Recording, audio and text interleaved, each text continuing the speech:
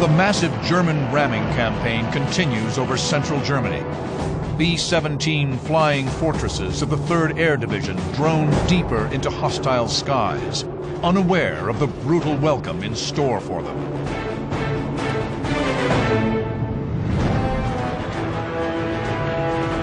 At 1 p.m., a squadron of Boeing B-17s close in on their target, an Me-262 fighter base at Parkham. 20-year-old pilot Bud Wentz flies in the lead squadron. The weather was beautiful. We were, our group, the 487th, was the lead group of the 4th Combat Wing. Elba pilot Klaus Hahn is heading out to intercept the Boeings. His thoughts are overwhelmed by the grim reality of his fate. The feeling was simply that you are most likely flying your last flight today and that you wouldn't return from it. You will probably be dead. That thought was a part of it, and you had to accept it, and you had to deal with it. April 7, 1945.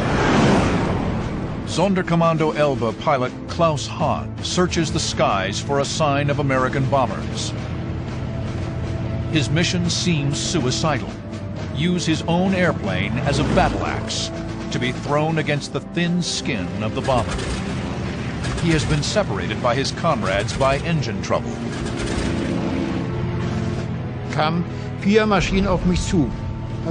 Suddenly 4 fighters were approaching me. I assumed that they were German Messerschmitts.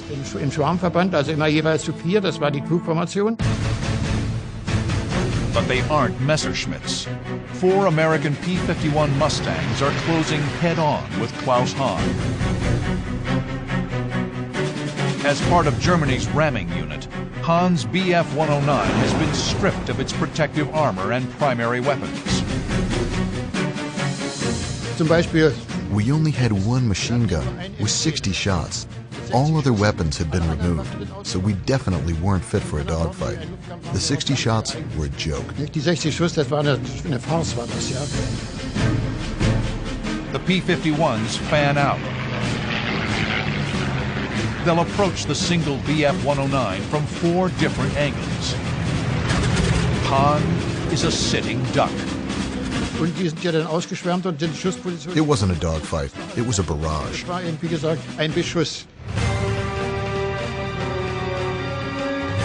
The Mustangs open fire.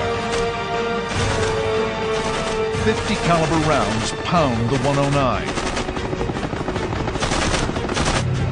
A bullet shatters Hahn's left arm.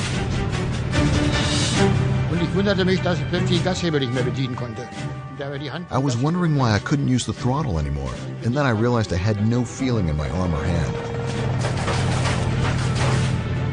The bone had been shot right underneath the shoulder joint. I wasn't in pain.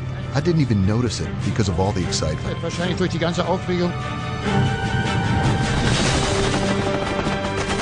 Hahn tumbles out of the sky, trailing thick black smoke. But he is not dead yet. He grips the stick with his good arm and struggles to recover from the spin. As he does, a stroke of luck. An American bomb group is directly below him. I can't say why I still rammed. Perhaps desperation. I won't say that it was courage. It was desperation. I've already made it this far. I can also get through a ramming.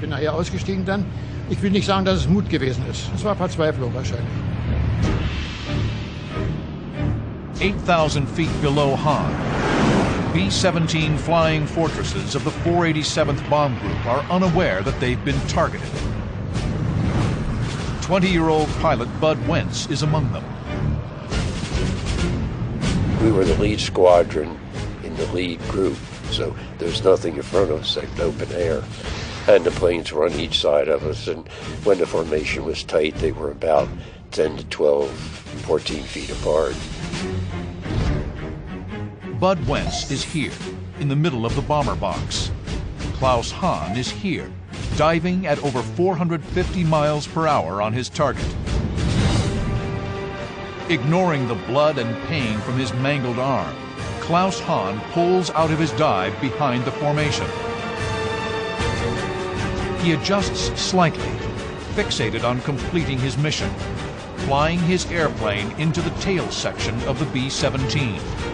Es hieß uns, es war vorgegeben nach Möglichkeit, den Bomber an der sogenannten Sollbruchstelle zu treffen. They instructed us to hit the bomber in the weakest part of the fuselage. An der ein Flugzeug, wenn es irgendwie notlandet oder sonst irgendetwas.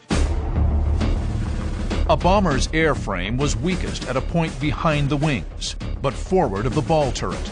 If rammed in this section, the aircraft would almost certainly break in half. Klaus Hahn unhooks his harness and rolls the Me-109 inverted. He hopes to fall out of the 109 before impact. He suppresses the urge to turn away. Ich hätte das Kabinendach allerdings abwerfen müssen dann vorher. The canopy was still on. I don't know how it came off. It's beyond my knowledge. It all happened more or less subconsciously. Dazu war das alles mehr oder weniger zu, wie soll man sagen, sensationell.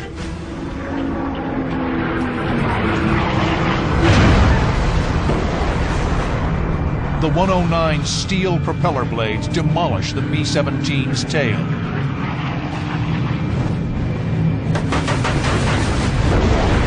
The mid-air collision throws Klaus Hahn from the cockpit like a rag doll.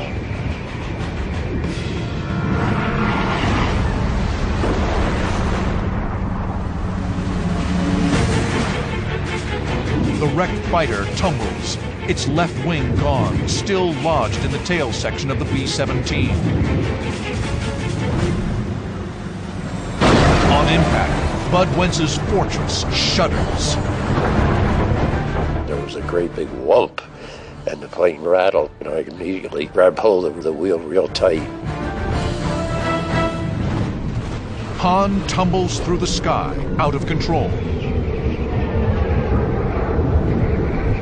He's lost so much blood, he's on the verge of blacking out. The B-17 pilot and the German who rammed him are both seconds from certain death.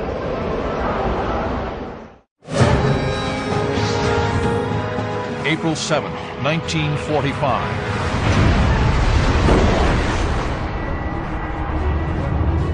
As part of the top-secret Sonderkommando Elbe, Klaus Hahn has rammed an American B-17. The collision has thrown him from his doomed fighter. Hahn gasps for breath in the thin air, struggling to find the ripcord of his parachute with his one good arm. Aber wie gesagt, das vergisst mir den Bereich der Ritterlichkeit. I was in free fall until there was more oxygen. I pulled the ripcord at about 3,000 feet. Die Gipfelhöhe waren etwa so 11.000 bis 12.000 Meter. Though severely wounded, Hahn has survived the carnage of his ramming attack. He parachutes to safety. Ich habe auf jeden Fall mir Gedanken insoweit gemacht. I was thinking, I did it. I am alive despite the slim chances of survival. I rammed a bomber. Ich habe einen Bomber gerammt, also mit anderen Worten, ich habe den Befehl ausgeführt, das war alles. Bud Wentz's B-17 is reeling from the mid-air collision. His tail section is wrecked. He fights the controls with all his might. By holding on the controls real tight as soon as I sensed it, thinking of the airplanes around me, it prevented the airplane from making some radical move.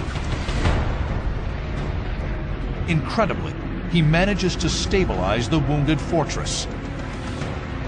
Over the intercom, he shouts for a damage assessment. They looked out the back from the top and side turret and said pieces were flying off the tail of the airplane. The rudder and elevators are destroyed. In the cockpit, the rudder pedals and pitch controls are useless. I was afraid if I used the ailerons on the main wings, that if I did too much of that, the plane could flip over because there were no stabilizers, and I didn't want to be upside down in a B-17. Wentz throttles his engines up and begins pulling out ahead of the formation. If he does go down, he won't take another Fortress with him. We were inside Germany at the time, and I didn't want to land in Germany if I could, so I figured I'll keep the airplane aloft as long as I can and head west. With such extreme damage to the tail, he must find other means of maneuvering the bomber. If you want to make a left turn, you'd pull the throttle down on the outermost engine. When that engine goes dead, the plane tends to turn that way. So you make a skidding turn. They're not very sharp.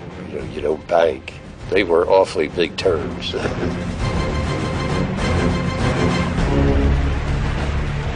By carefully adjusting the throttles, Wentz manages to turn his wounded bomber westward, tail sections still shedding debris.